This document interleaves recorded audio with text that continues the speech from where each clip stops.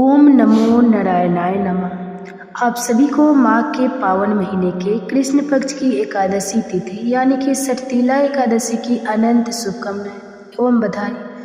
दोस्तों, आज की यह वीडियो बेहद ही महत्वपूर्ण एवं ज्ञानवर्धक होने वाला है, क्योंकि आज की इस वीडियो में हम जानेंगे कि साल 2026 में पड़ने वाली सभी मनोरथ को पूर्ण करने वाली भगवान श्री हरि विष्णु और माता लक्ष्मी जी की विशेष कृपा प्राप्त करने वाली एकादशी किस दिन पड़ने जा रही है, 13 या 14 जनवरी। क्योंकि इस बार एकादशी तिथि को लेकर लोगों के बीच काफ़ी असमंजस की स्थिति बनी हुई है। कोई 13 को तो कोई 14 जनवरी को एकादशी की सही तारीख बता रहे हैं। ऊपर से इस बार 14 जनवरी को मकर संक्रांति पड़ने की वजह से लोगों के बीच और भी अधिक कन्फ्यूज हो गया है कि एकादशी का व्रत रखे या नहीं, व्रत करे या नहीं और खिचड़ी बनाए या नहीं, क्योंकि एकादशी पर चावल नहीं खाया जाता और मकर संक्रांति का तो दूसरा नाम ही खिचड़ी पर्व है। ऐसे में आपको एकादशी रहना चाहिए या नहीं, खिचड़ी खानी और बनानी चाहिए कि नहीं, जैसे संपूर्ण जानकारी आपको इसी वीडियो में प्राप्त होने वाली है। इसलिए भक्तों, निवेदन है आपसे आज की इस बेहद ही महत्वपूर्ण एवं ज्ञानवर्धक वीडियो थोड़ा समय निकालकर शुरू से बिना भगाए अंत तक देखकर जानना। निश्चित रूप से आपकी सारी उलझन, सारा कन्फ्यूज दूर हो जाएगा।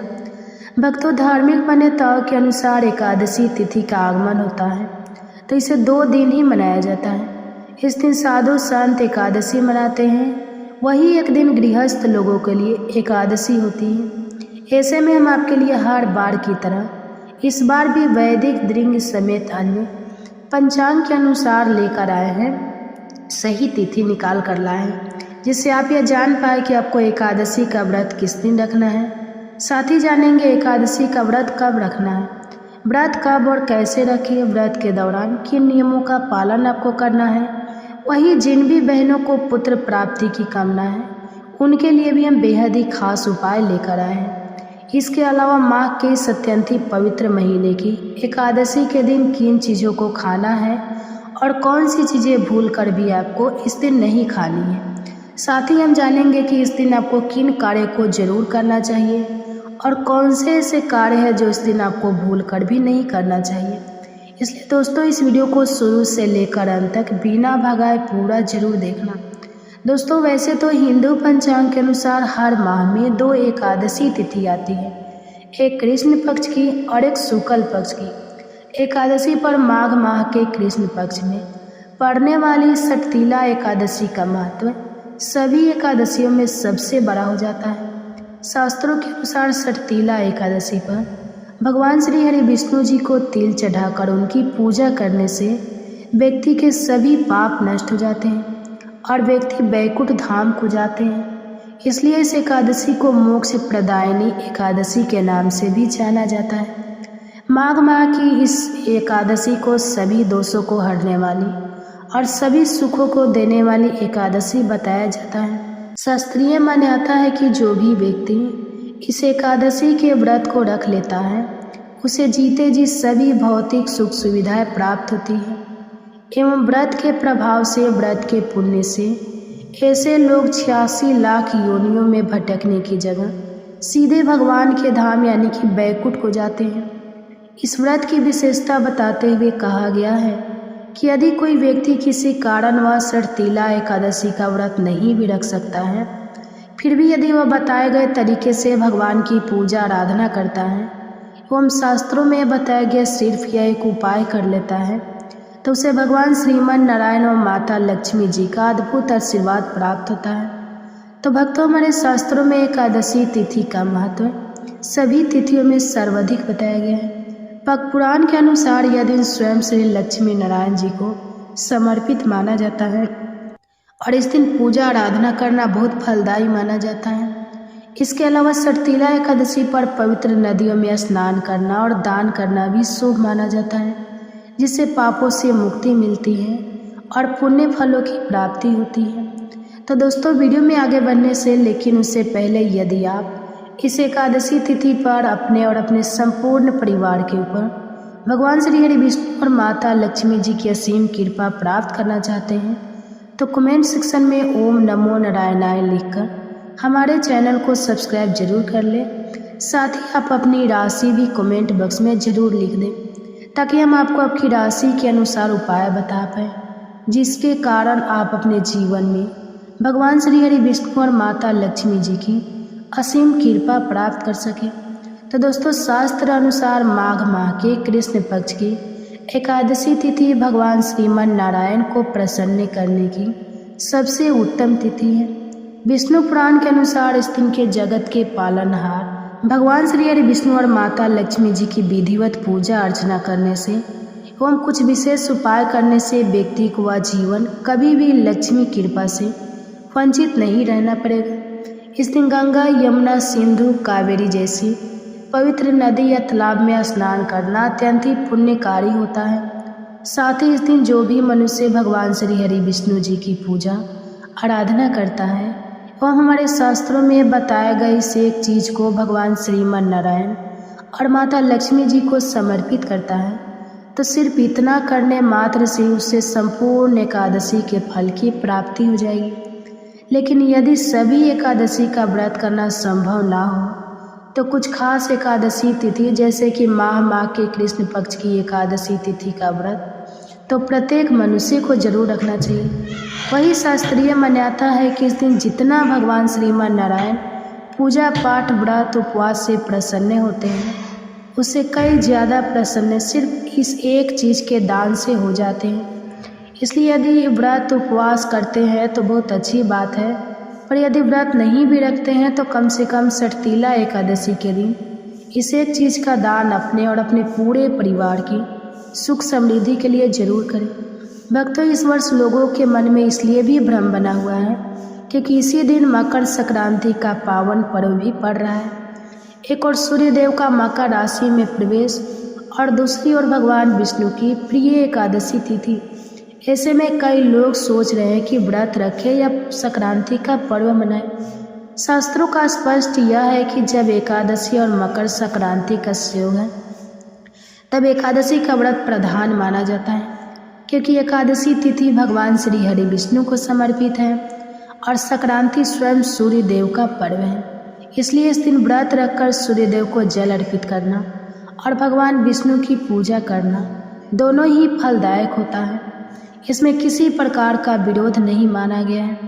वैदिक पंचांग के अनुसार षटतिला एकादशी तिथि का आरंभ 13 जनवरी 2026 को दोपहर 3:17 से होगा और इसका समापन 14 जनवरी 2026 को शाम 5:42 पर होगा। हिंदू धर्म में उदय तिथि को प्रधान माना जाता है, इसलिए षटतिला एकादशी का व्रत 14 जनवरी को रखा जाएगा। वही भक्तों, षटतिला एकादशी 2026 का प्रारंभ 15 जनवरी गुरुवार को सुबह 7:15 से 9:21 के बीच किया जाएगा, क्योंकि एकादशी तिथि 14 जनवरी को समाप्त होगी और द्वादशी तिथि 15 जनवरी को शुरू होगी, जिसका शुभ मुहूर्त 15 जनवरी को सुबह के समय है। यह व्रत माघ मास के कृष्ण पक्ष में आता है और इस साल मकर संक्रांति के साथ इसका दुर्लभ संयोग बन रहा है। अब भक्तों, जब मकर संक्रांति और षटतिला एकादशी एक ही दिन पड़ती है तब शास्त्रों के अनुसार आहार, भोग और आचरण में अत्यंत संयम आवश्यक माना गया है। धर्म ग्रंथों में स्पष्ट रूप से बताया गया है कि एकादशी तिथि भगवान श्री हरि विष्णु को समर्पित व्रत तिथि है और इसका नियम किसी भी पर्व या संक्रांति के ऊपर होता है। पद्म पुराण, शंकर पुराण तथा ब्रह्मा वैवर्त पुराण में एकादशी के दिन चावल के सेवन को महापाप बताया गया है और यह भी कहा गया है कि इस तिथि पर चावल का स्पर्श तक नहीं करना चाहिए। शास्त्रीय मान्यता है कि एकादशी के दिन चावल में पाप तत्व का वास होता है, इसलिए खिचड़ी, भात या चावल से बना कोई भी पदार्थ इस दिन ग्रहण नहीं किया जाता, चाहे उसी दिन सूर्य उत्तरायण होकर मकर संक्रांति का महापुण्य काल क्यों ना बना रहा हो। मकर संक्रांति का अपना विशेष धार्मिक महत्व है, क्योंकि इसी दिन सूर्य देव उत्तरायण होते हैं और दान, स्नान तथा पुण्य कर्म का विशेष फल बताया गया है। किंतु शास्त्र यह भी स्पष्ट करते हैं कि पर्व और व्रत का स्वरूप अलग होता है। संक्रांति पर्व है और एकादशी व्रत तिथि है, इसलिए व्रत तिथि के नियम पर्व के कारण कभी भंग नहीं होते। इसलिए जब संक्रांति एकादशी के दिन पड़ती है तब भी खिचड़ी खाने की परंपरा उस दिन लागू नहीं होती है और इसे अगले दिन के लिए सुरक्षित रखा जाता है। सठतीला एकादशी का मूल तत्व तिल है, न कि चावल। इस एकादशी में तिल से स्नान करना, तिल का उपटन लगाना, तिल का दान करना, तिल का दीपक जलाना और तिल से भगवान को भोग अर्पित करना अत्यंत पुण्यदायक माना गया है। शास्त्रों में यह भी स्वीकार किया गया है कि इस दिन तिल के लड्डू भगवान श्री विष्णु को भोग रूप में अर्पित किए जा सकते हैं, क्योंकि तिल इस तिथि का प्रधान द्रव्य है और यह पापों के क्षय तथा पुण्य वृद्धि का कारण माना गया है। तिल से बना भोग एकादशी के नियमों के अनुकूल होता है, जबकि चावल से बना भोग नहीं। एकादशी के महत्व को बताते हुए शास्त्रों में यह श्लोक मिलता है कि कोई भी व्यक्ति एकादशी के दिन चावल का सेवन कभी नहीं करना चाहिए, क्योंकि ऐसा करने वाला पाप का भागी बनता है और उसे नरक गति प्राप्त होती है। इसी कारण 14 जनवरी 2026 को जब मकर संक्रांति और सठतीला एकादशी एक साथ हो, उस दिन स्वयं पूर्वक एकादशी व्रत का पालन करना, तिल का दान और तिल के लड्डू का भोग अर्पित करना ही शास्त्र समस्त विधि मानी जाती है और खिचड़ी के पूर्णतः परहेज करना चाहिए। शास्त्र यह भी बताते हैं कि एकादशी व्रत का पारण द्वादशी तिथि में सूर्य उदय के बाद किया जाता है। इसलिए 15 जनवरी 2026 को द्वादशी तिथि में स्नान, पूजा और पारण के पश्चाताप खिचड़ी या चावल का सेवन करना पूर्णतः शुद्ध, उचित और धर्मानुकूल माना गया। हरि नाथ नारायण वासुदेव। हरे कृष्णा। जय श्री हरि। ओम नमः शिवाय। आप सभी भक्तों को माघ मास के कृष्ण पक्ष की सठतीला एकादशी व्रत की हार्दिक शुभकामनाएं। इस एकादशी का उपवास रखने से और सच्चे मन से विष्णु भगवान की पूजा करने से व्यक्ति के जीवन में अच्छी सेहत, सुख और समृद्धि की प्राप्ति होती है। सठतीला एकादशी की व्रत कथा इस दिन अवश्य ही सुननी चाहिए। तो आइए आज आप सुनिए सठतीला एकादशी व्रत की बड़ी ही दुर्लभ कथा।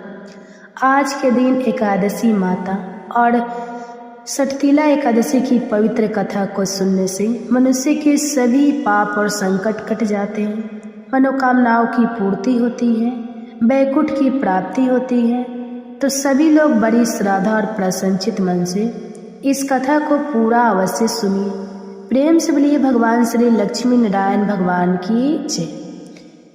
भगवान श्री कृष्ण की जय। भगवान श्री कृष्ण के श्रीमुख से एकादशी व्रत का महात्म्य सुनकर श्रद्धा पूर्वक उन्हें प्रणाम करते हुए धर्मराज युधिष्ठिर ने कहा कि हे केशव, आपके श्रीमुख से एकादशी की अनेक कथाएं सुनकर मुझे असीम आनंद की प्राप्ति हुई है।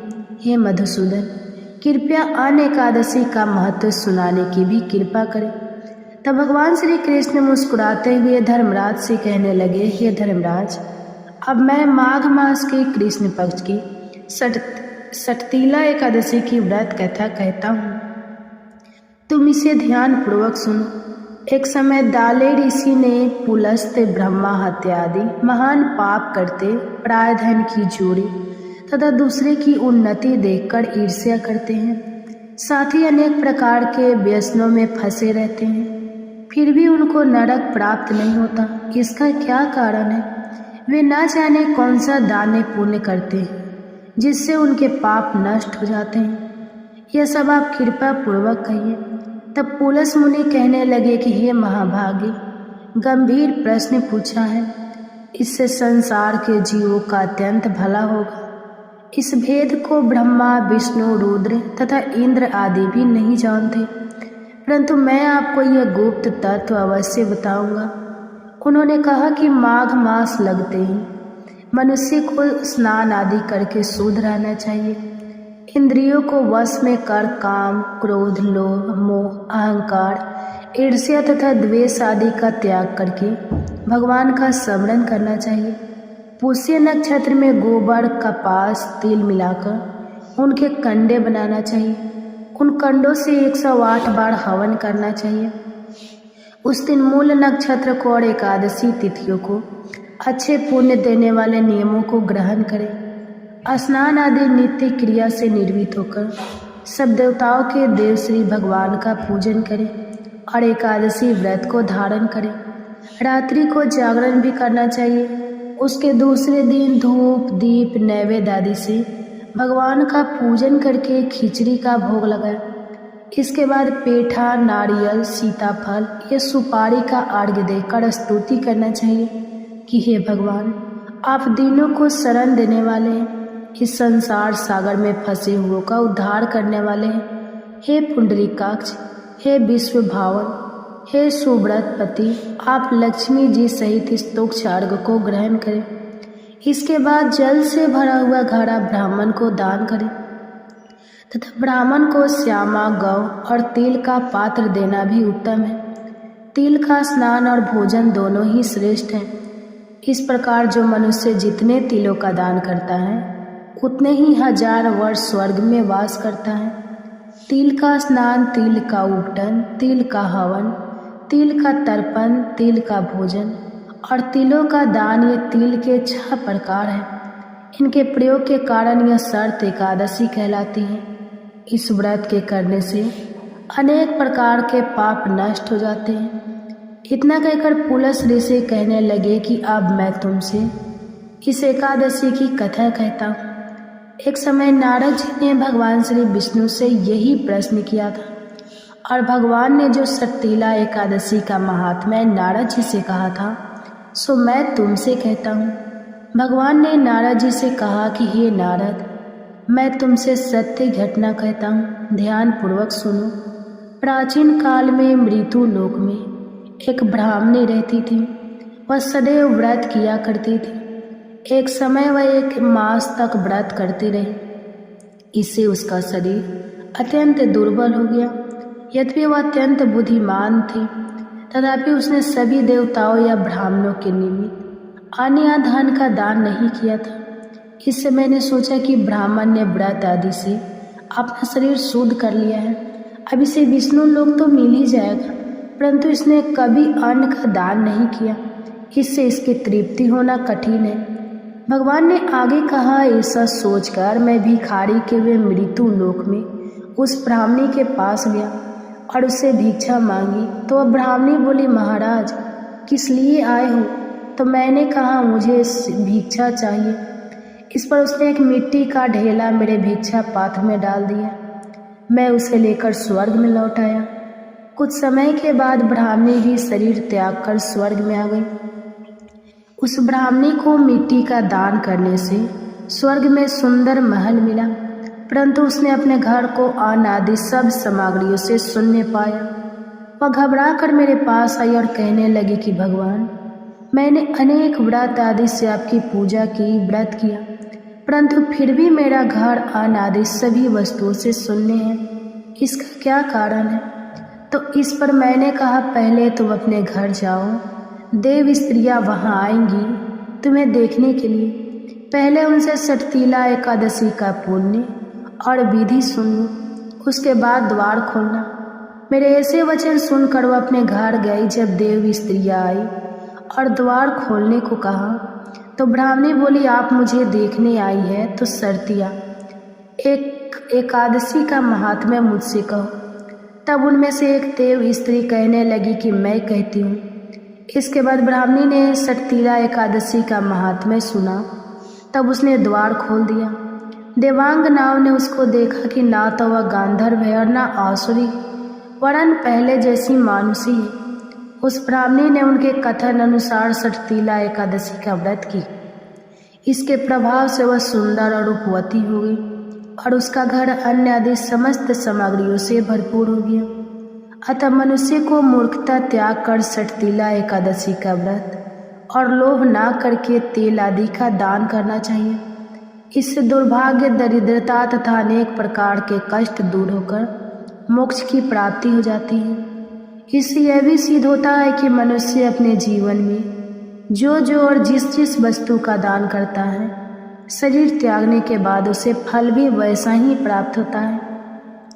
इसलिए धार्मिक कार्यों के साथ साथ हमें दान पुण्य जैसे कर्म अवश्य ही करना चाहिए।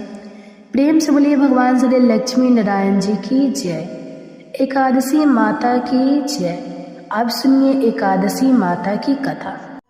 एक बार एक राज्य में एक राजा रहा करता था।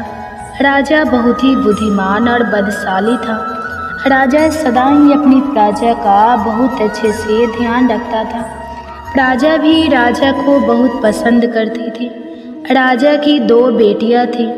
राजा अपनी दोनों बेटियों से बहुत प्रेम करता था। राजा की छोटी बेटी देखने में बहुत सुंदर और आकर्षित थी और राजा की बड़ी बेटी छोटी बेटी के मुकाबले थोड़ी कम सुंदर थी।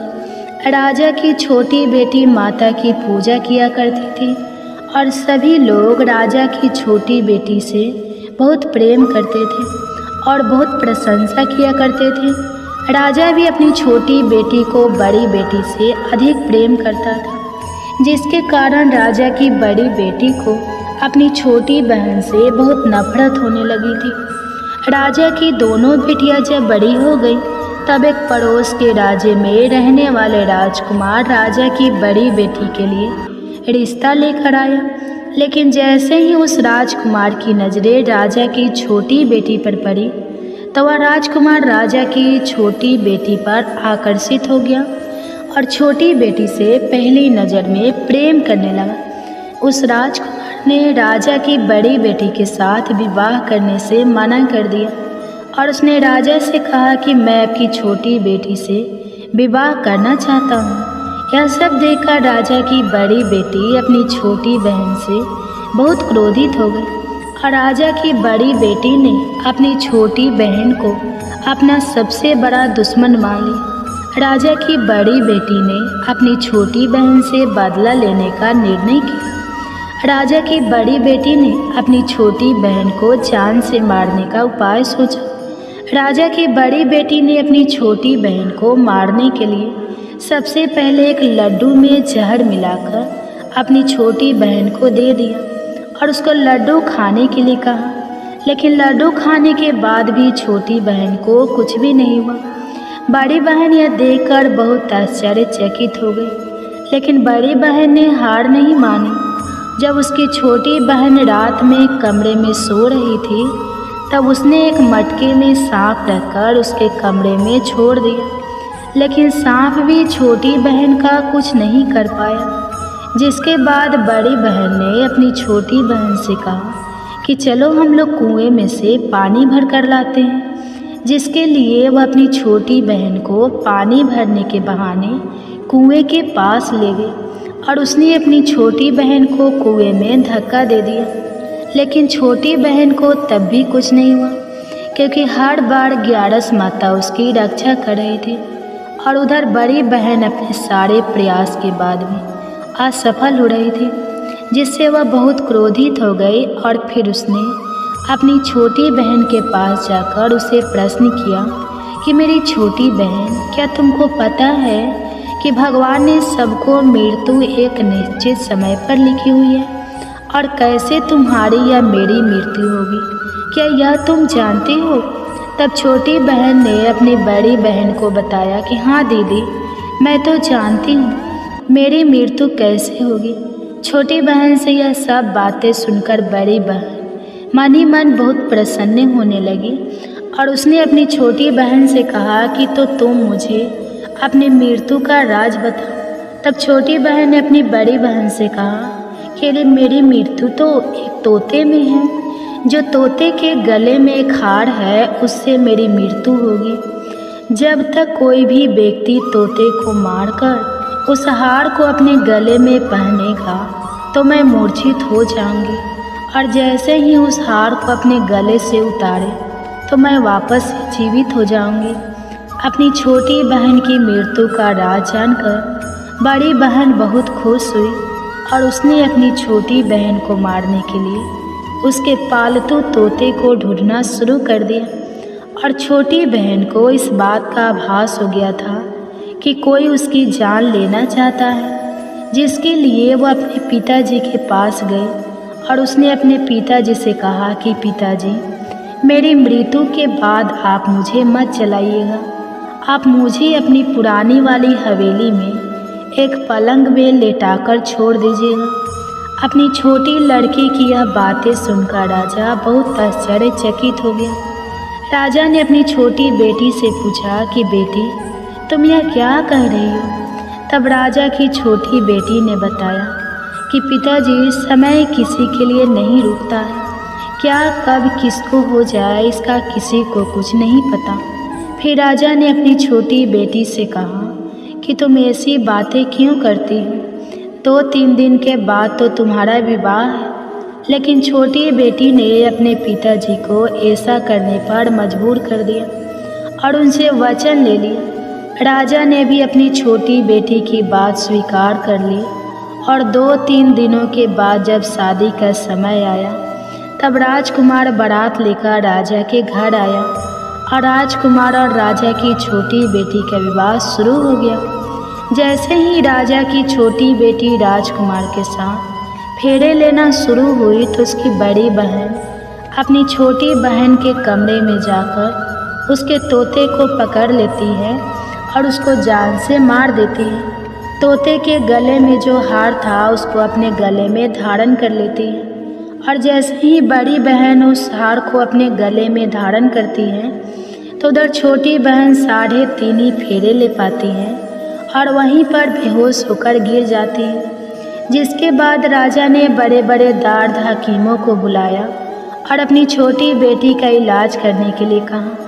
राजा की बात सुनकर जब वैद्य ने छोटी बेटी को देखा तो राजा को बताया कि आपकी छोटी बेटी ना तो जीवित है और ना मरी हुई है। ऐसा मैं पहली बार देख रहा हूँ। राजा ने वैद्य और हाकिम को यह बात बाहर बताने से मना कर दिया और उनको कहा कि अगर तुमने यह बात किसी को बाहर बताई तो हम तुमको फांसी दे देंगे। अपनी छोटी बेटी को पुराने महल में जाकर एक पलंग में लेटा दिया और वहाँ पर कुछ सैनिकों को तैनात कर दिया। इसके बाद राजा वापस अपने महल पर आ गया। राजा की बड़ी बेटी अपने पिताजी के पास आई और कहने लगी कि पिताजी, अगर यह शादी संपन्न नहीं हुई तो आपकी इज्जत का क्या होगा? आप कहे तो मैं आपकी इज्जत बचाने के लिए राजकुमार से शादी करने के लिए तैयार हूँ। जिसके बाद राजा ने अपनी बड़ी बेटी की बात मान ली और राजा ने बड़ी बेटी को छोटी बेटी के कपड़े पहनाकर मंडप में भेज दिया।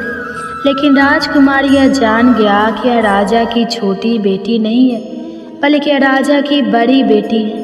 लेकिन जब राजकुमार ने शादी करने से मना किया तो सभी लोगों ने राजकुमार को विवश करके राजा की बड़ी बेटी से बचे हुए फेरों को संपन्न करा दिया और विवाह संपन्न हुआ।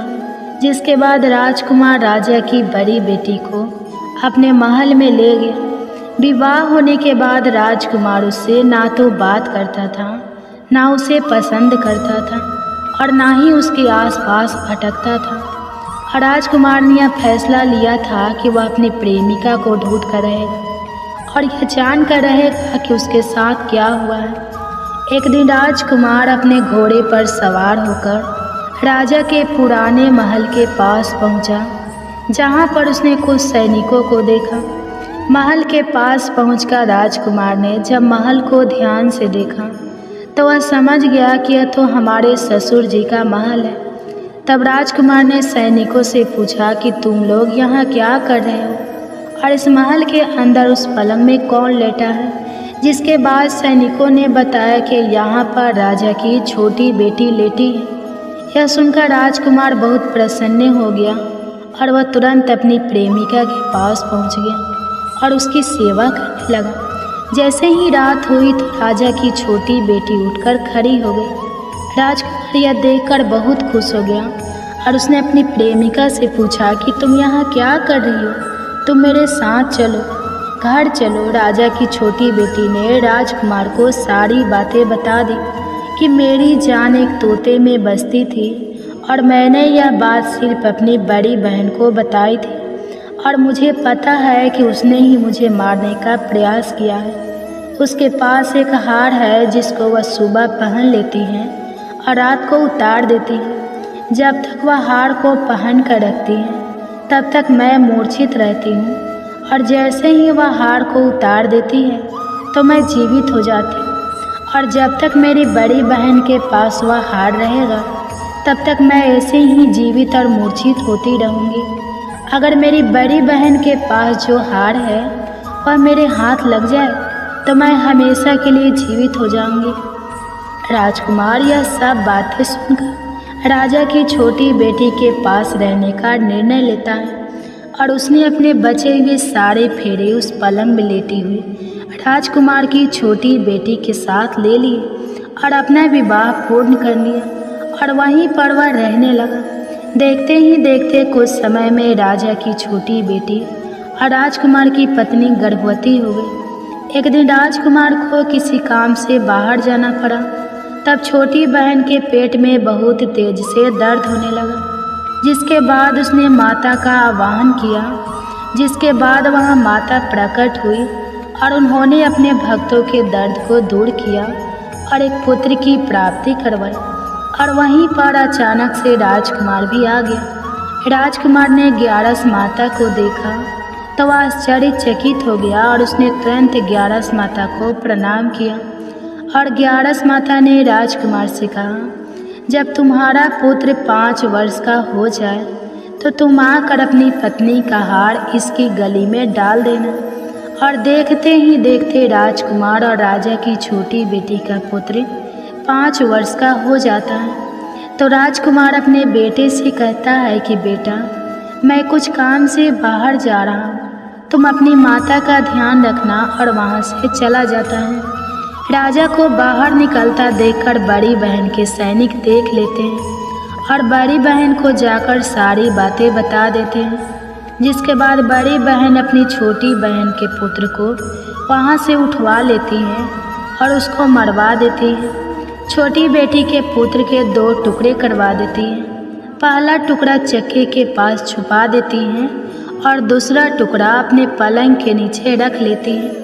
अब ग्यारस माता भिखारी का रूप लेकर आती हैं और एक भिखारी का रूप रखकर बड़ी बहन के पास चली जाती है, जिसके बाद वहाँ पर भिक्षा मांगने लगती है। तो बड़ी बहन अपने सैनिकों से कहती है कि जाकर भिक्षा दे दो।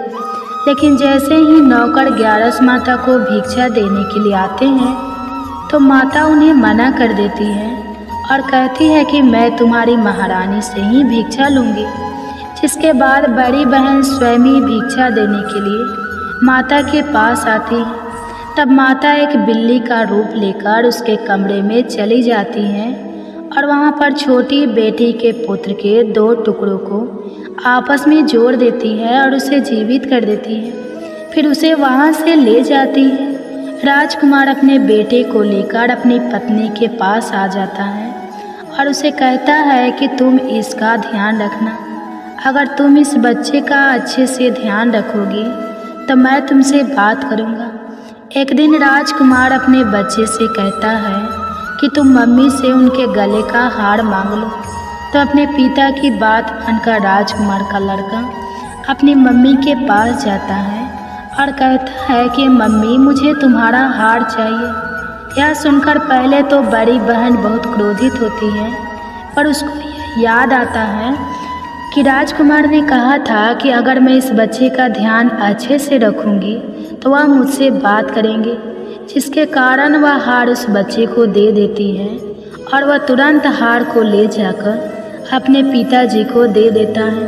और तभी राजकुमार अपने बेटे को लेकर वहाँ से जाने लगता है और अपनी पत्नी से कहता है कि तुम हमारे लिए खाना बनाकर रखना, मैं शाम को आकर तुम्हारे साथ खाना खाऊंगा।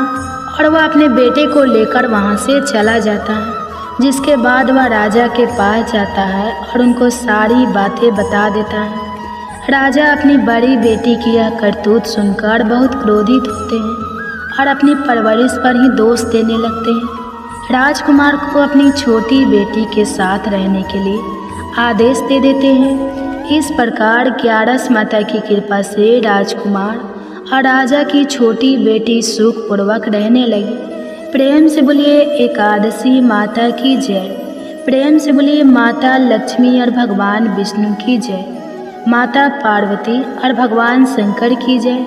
कथा के बाद अब आप आरती श्रवण कीजिए।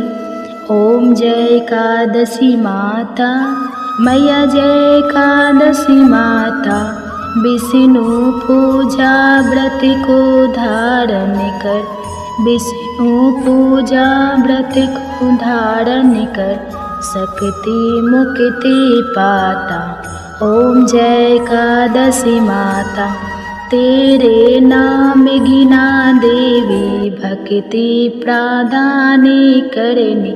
मैया भक्ति प्रदान करनी, गण गौरव की देनी, गण गौरव की देनी। माता शास्त्र में वर्णी, माता शास्त्र में वर्णी। ओम जय एकादशी माता, मार्गशीर्ष की कृष्ण पक्ष की उत्पन्न विश्वरणी। जनमी मैया उत्पन्न विश्व तारे जनमी। शुक्ल पक्ष में हुई मोक्षदा, शुक्ल पक्ष में हुई मोक्षदा, मुक्ति दाता बन आई। ओम जय एकादशी माता, पौष की कृष्ण पक्ष की सफला नामक है, सफला नामक है। शुक्ल पक्ष में होए पुत्रदा, आनंद अधिक रहे। ओम जय एकादशी माता, नाम सटितिला माघ मास में कृष्ण पक्ष आवे। मैया कृष्ण पक्ष आवे, शुक्ल पक्ष में जया कहावे, शुक्ल पक्ष जया कहावे, विजय सदा पावे।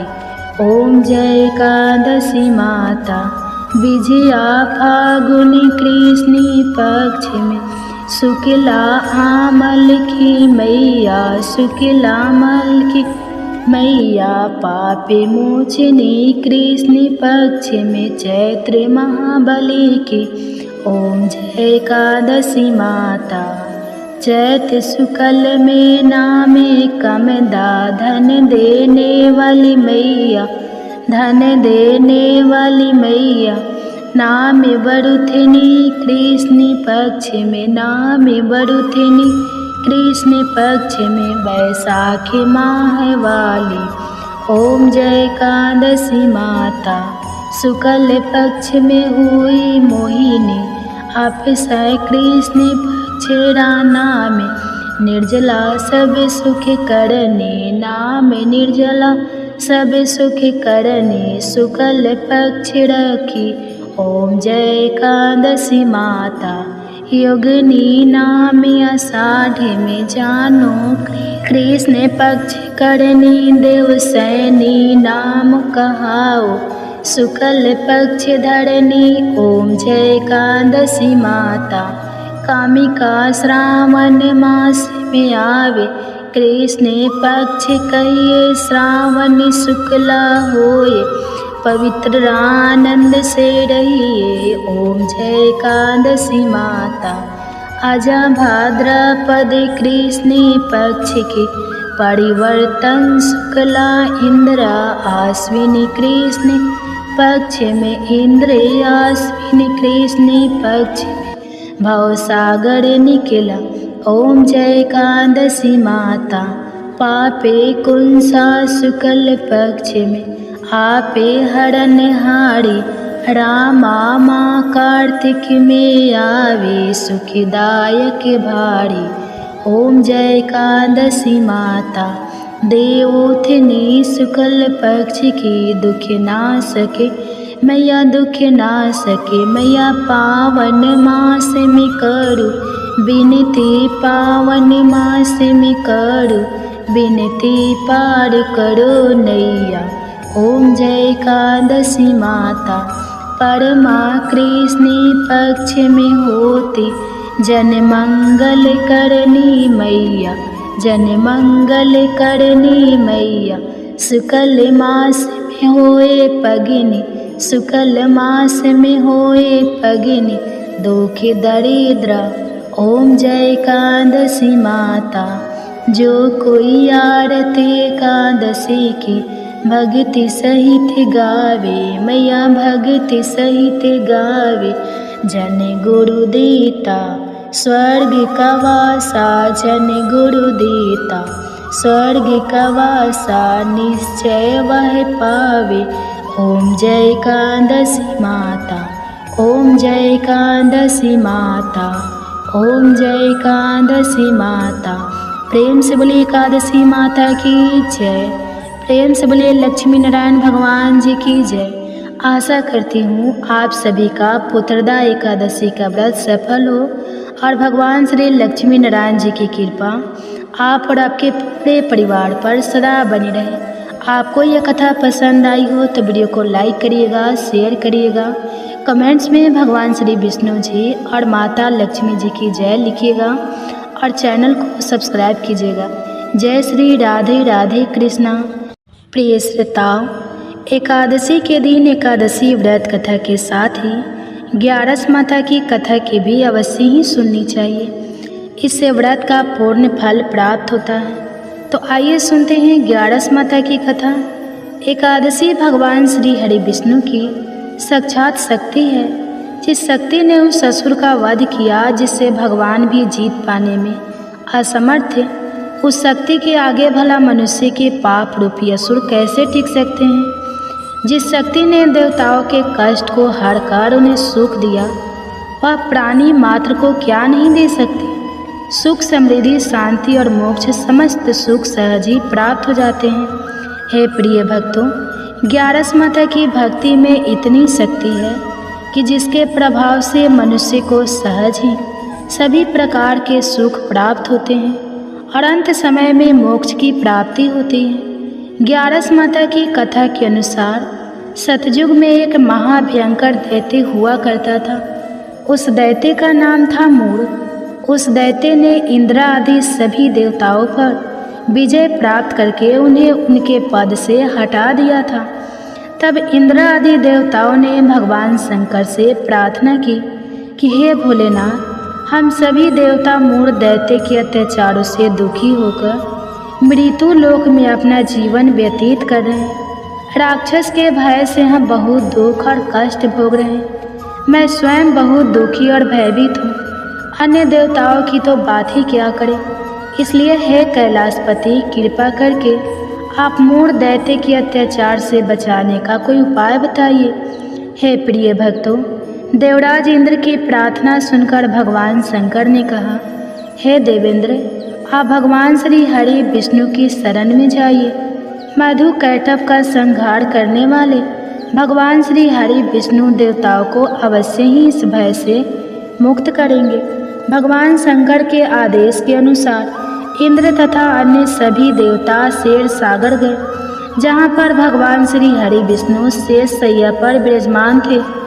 इंद्र सहित सभी देवताओं ने भगवान श्री हरि विष्णु को देखा और उनके सामने उपस्थित होकर उनकी स्तुति करने लगे। देवता कहने लगे, हे तीनों लोकों के स्वामी, आप स्तुति करने योग्य हैं।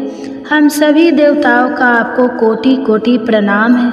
हे दैत्यों के सहारा, हम आपकी शरण में हैं, आप हमारी रक्षा करें। हे त्रिलोकपति, हम सभी देवता दैत्यों के अत्याचार से भयभीत होकर आपकी शरण में आए हैं। इस समय दैत्यों ने हमें स्वर्ग से निकाल दिया है और हम सभी देवता बड़ी ही दयनीय स्थिति में मृत्यु लोक में घूम रहे हैं। अब आप ही हमारे रक्षक हैं, हमारी रक्षा करें। हे जगन्नाथ, आप हमारी रक्षा करें। देवताओं की करुण पुकार सुनकर भगवान श्री हरि विष्णु बोले, हे देवगो, कौन सा दैत्य है जिसने देवताओं को जीत लिया है। आप सभी देवक किसके भय से पृथ्वी लोक में भटक रहे हैं। क्या वह दैत्य इतना बलवान है जिसने इंद्र सहित सभी देवताओं को जीत लिया है। तुम निर्भय होकर मुझे सब हाल बताओ। भगवान श्री हरि विष्णु के स्नेहमय वचनों को सुनकर देवेंद्र ने कहा, हे प्रभु, प्राचीन काल में ब्रह्मा वंश में उत्पन्न हुआ नारी जंगम नाम का एक असुर था, जिसका मूढ़ नामक एक पुत्र है जो चंद्रवर्ती नामक नगरी में निवास करता है, जिसने अपने बल के मृत्यु लोक और देवलोक को जीत लिया है और सभी देवताओं को देवलोक से निकालकर अपने दैत्य कुल के असुरों को इंद्र, अग्नि, यम, वरुण और चंद्रमा आदि सभी को लोकपाल बना दिया है। वह स्वयं सूर्य बनकर पृथ्वी को तापता है और स्वयं मेघ बनकर जल की वर्षा करता है। इसलिए आप इस बलशाली भयानक असुर का संहार करके देवताओं की रक्षा करें। देवेंद्र के मुख से ऐसे वचन सुनकर भगवान श्री हरि विष्णु बोले, हे देवताओं, मैं आपके शत्रु का शीघ्र ही संहार करूँगा। आप सभी इसी समय मेरे साथ चंद्रवर्ती नगरी चलिए। देवताओं की पुकार पर भगवान श्री हरि विष्णु तुरंत ही उनके साथ चल पड़े और उधर दैत्यराज मूढ़ ने अपने तेज से जान लिया था कि भगवान श्री हरि विष्णु युद्ध की इच्छा से उसकी राजधानी में आ रहे हैं। इसलिए अपने राक्षस योद्धाओं के साथ वह भी युद्ध भूमि में आकर गरजने लगा और देखते ही देखते युद्ध प्रारंभ हो गया। युद्ध शुरू होने पर अनगिनत असुर अपने अस्त्र शस्त्रों के धारण करके देवताओं से युद्ध करने लगे, लेकिन देवता तो पहले से ही डरे हुए थे। वह अधिक देर तक राक्षसों का सामना ना कर सके और भाग खड़े हुए। तब भगवान श्री हरि विष्णु स्वयं युद्ध भूमि में आ गए। दैत्य पहले से भी ज़्यादा जोश में भरकर भगवान श्री हरि विष्णु से युद्ध करने लगा। वे अपने अस्त्र शस्त्रों से उन पर भयानक प्रहार करने लगा। दैत्यों के आक्रमण वारों को श्री हरि विष्णु अपने चक्र और गदा के प्रहारों से नष्ट करने लगे। इस युद्ध में अनेक दैत्य सदा के लिए मृत्यु की गोद में समा गए, किंतु दैत्यराज मूढ़ भगवान विष्णु के साथ निश्चल भाव से युद्ध करता रहा। उसका तो जैसे अभी बाल था, बाका नहीं हुआ था। वह बिना डरे युद्ध कर रहा था। भगवान विष्णु मूर्ख को मारने के लिए जिन जिन शास्त्रों का प्रयोग करते, वे सब उसके तेज से नष्ट होकर उस पर पुष्पों के समान गिरने लगते।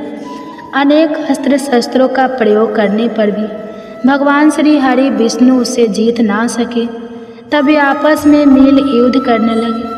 भगवान श्री हरि विष्णु असुर से देवताओं के लिए सहस्त्र वर्षों तक युद्ध करते रहे, किंतु उस असुर से जीत ना सके। अंत में भगवान विष्णु शांत होकर विश्राम करने की इच्छा से बद्रिका आश्रम स्थित 38 कोस लंबे एक द्वार वाली हेमवती नाम की एक गुफा में प्रवेश कर गए। उस गुफा में भगवान ने शयन किया। भगवान विष्णु के पीछे वह दैत्य भी चला गया। भगवान श्री हरि विष्णु को सोता हुआ देखकर वह दैत्य उन्हें मारने को तैयार हुआ।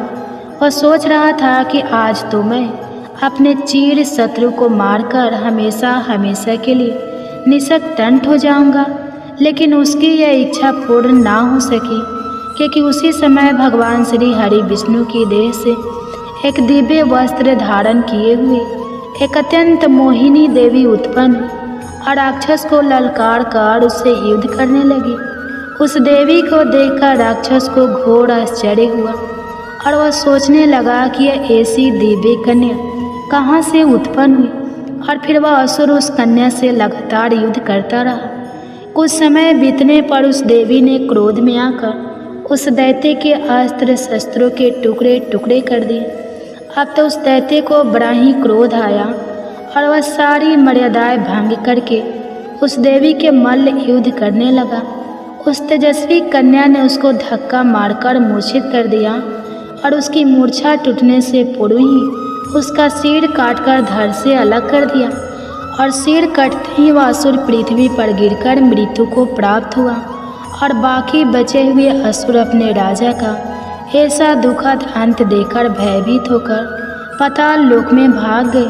भगवान श्री हरि विष्णु जब निद्रा से जागे तो उस असुर को मरा हुआ देखकर उन्हें घोर आश्चर्य हुआ और वे सोचने लगे कि इस महाबली को किसने मारा है। तब वह तेजस्वी कन्या श्री हरि से हाथ जोड़कर बोली, हे जगदीश्वर, यह असुर आपको मारने को तत्पर था, तब मैंने आपके शरीर से उत्पन्न होकर इस असुर का वध किया है। देवी की बात सुनकर भगवान श्री हरि विष्णु बोले कि तुमने इस असुर को मारा है, इसलिए हे देवी, मैं तुमसे अत्यंत प्रसन्न हूँ। इसे मारकर तुमने तीनों लोगों को देवताओं के कष्ट को हरा है, इसलिए तुम अपनी इच्छा अनुसार वरदान मांग लो, मैं तुम्हारी प्रत्येक इच्छा को पूर्ण करूँगा। भगवान की बात सुनकर वह देवी बोली कि हे प्रभु, मुझे यह वरदान दीजिए कि जो भी मनुष्य या देव मेरा व्रत करे उसके सभी पाप नष्ट हो जाए और अंत में उसे स्वर्ग लोक की प्राप्ति हो। मेरे व्रत का आधा फल रात्रि को मिले और उसका आधा फल एक समय भोजन करने वाले को मिले। जो श्रद्धालु भक्ति पूर्वक मेरे व्रत को करे वह निश्चय ही वैकुंठ लोक को प्राप्त करे। जो मनुष्य मेरे व्रत में दिन तथा रात्रि को एक बार भोजन करे वह धन धान्य से भरपूर रहे। कृपा करके मुझे ऐसा वरदान दीजिए। भगवान श्री हरि विष्णु ने कहा, हे देवी, ऐसा ही होगा। मेरे और तुम्हारे भक्त एक ही होंगे और अंत में संसार में प्रसिद्धि को प्राप्त होकर मेरे लोक को प्राप्त करेंगे। हे कल्याणी, तुम एकादशी को पैदा हुई हो, इसलिए तुम्हारा नाम भी एकादशी हुआ। तथा जो मनुष्य इस दिन व्रत करेंगे उनके समस्त पापों समूल नष्ट हो जाएंगे। तुम मेरे लिए अब तीज, अष्टमी, नवमी और 14 से भी अधिक प्रिय हो। तुम्हारे व्रत का फल सभी तीर्थों के फल से भी महान होगा। यह मेरा अष्टांग का कथन है। इतना कहकर भगवान श्री हरि विष्णु उसी स्थान पर अंतर ध्यान हो गए। तो सभी प्रेम से बोलिए एकादशी माता और विष्णु भगवान की जय। हे प्रिय भक्ते, तो आइए अब सभी मनोकामनाओं को पूर्ण करने वाली तुलसी माता की बड़ी ही पावन कथा को सुनते हैं। एक बार एक गांव में एक बुजुर्ग महिला रहा करती थी। वह प्रतिदिन पूजा पाठ किया करती थी। वह रोज तुलसी माँ की पूजा करती थी और वह बुजुर्ग महिला रोज तुलसी माता से कहती, हे तुलसी माँ, तुम मुझे बहू दे, पीताम्बर की धोती दे, मीठा मीठा घास दे, बैकुंठ में वास दे, चटक की चाल दे, पटक की मौत दे, चंदन का काठ दे, रानी का काज दे, दाल भात का भोजन दे, 11 की मौत दे और कृष्ण जी का कंधा दे। वह बुजुर्ग महिला हर महीने महीने में तुलसी माता की रोज पूजा करती थी और उनके बिरले को रोज सींचती थी। तुलसी माता बुजुर्ग महिला की बात सुनकर धीरे धीरे सूखने लगी। तभी भगवान श्री कृष्ण जी ने देखा कि तुलसी माता सूख रही है और तभी एक दिन भगवान श्री कृष्ण तुलसी माता जी के पास प्रकट हुए और भगवान श्री कृष्ण जी ने तुलसी माता से पूछा, तुम क्यों सूख रही हो? सभी महिलाएं तुम्हारी पूजा करती है और तुमको रोज सींचती है, लेकिन फिर भी तुम सूखती जा रही हो, इसका कारण क्या है? जिसके बाद तुलसी माता ने भगवान श्री कृष्ण जी से कहा कि हे प्रभु, एक बुजुर्ग महिला मेरे पास रोज आती है और रोज एक ही बात बोलती है कि हे तुलसी माता, सबकी दाता मैं तेरा बिरला सींचती हूँ, तो मुझे बहू दे, पीताम्बर की धोती दे, मीठा मीठा घास दे, बैकुंठ में वास दे, चटक की चाल दे, पटक की मौत दे, चंदन का काठ दे, रानी सर राज दे, दाल भात का भोजन दे, 11 की मौत दे और कृष्ण जी का कंधा दे। मैं उस बुजुर्ग महिला की सारी मनोकामनाएं पूरी कर सकती हूँ, लेकिन उसकी एक मनोकामना पूरी नहीं कर सकती। मैं कृष्ण जी का कंधा कहाँ से दूंगी? भगवान श्री कृष्ण जी तुलसी माता की यह बात सुनकर जोर जोर से हंसने लगे और फिर भगवान श्री कृष्ण जी ने तुलसी माता जी से कहा कि तुम चिंता मत करो, जब वह बुजुर्ग महिला की मृत्यु होगी तब मौके पर मैं और आप ही कंधा दे देंगे। आप सुबह जब वह पूजा करने आए तब कह देना कि सब कुछ तुम्हें मिल जाएगा। कुछ दिनों बाद वह वृद्ध महिला ठोकर खाकर रास्ते में गिर कर मर गई। पूरे गांव के सभी लोग आए और उस महिला को सभी लोग धर्मात्मा मानते थे। उसको तुलसी जी की डकुरी कहते थे। उसके परिवार में कोई भी नहीं था, इसलिए गांव वालों ने ही उसके अंतिम संस्कार करने की योजना बनाई और उसे नहलाकर जब बैकुंठी पर बैठाने के लिए उसे उठाने लगे तो उसका मृत शरीर इतना भारी हो गया था कि उसे कोई उठा नहीं पाया। यह सब देखकर वहाँ के सभी लोग तरह तरह की बातें करने लगे और कहने लगे कि यह इतना पूजा पाठ करती थी, हर समय माला फेरती थी, इसलिए ये इतनी भारी हो गई है। वही पूरे गांव में चर्चा होने लगी कि डोकरी माई कोई भक्ति नहीं करती थी या छल कपट करती थी। हम जिसे धर्मात्मा समझते थे वह पापी है जो कि किसी से भी नहीं उठ पा रही है। यह इसके कर्मों की सजा है। इधर भगवान ने सोचा कि मेरे भक्तों की निंदा हो रही है, इसलिए भगवान ने बूढ़े ब्राह्मण का वेश धारण करके वहाँ पर आए और वहाँ पर जितने भी लोग इकट्ठे हुए थे उनसे पूछने लगे कि यहाँ पर इतनी भीड़ क्यों लगी है, जिससे लोग कहने लगे कि यह डोकरी माई मर गई है और पाप इतना था कि इससे यह उठ ही नहीं पा रही है। सब उठाकर थक गए। तब ब्राह्मण जी ने कहा कि मुझे एक बार डोकरी के कानों में कहने दो, फिर वह देखो कैसे उठती है। तो सभी लोगों ने कहा कि आप भी प्रयास करके देख लीजिए। तब भगवान ने उस वृद्ध महिला के कानों में कहा कि हे डोकरी माई, देखो मैं आ गया।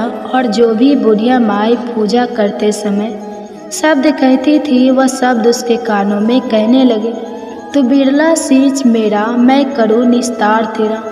डोकरी माई बहू ले, बेटी ले, पोता ले, लड्डू ले, पीताम्बर की धोती ले, गहना ले, घी का घड़ा ले, मीठा मीठा खीर और पूड़ी ले, दाल भात का भोजन ले, धन दौलत ले, बेटा पोता को काम ले, तुलसी का पत्ता ले, मुंह में गंगा जल ले, 11 माता को दीन ले, श्री कृष्ण जी का कंधा ले।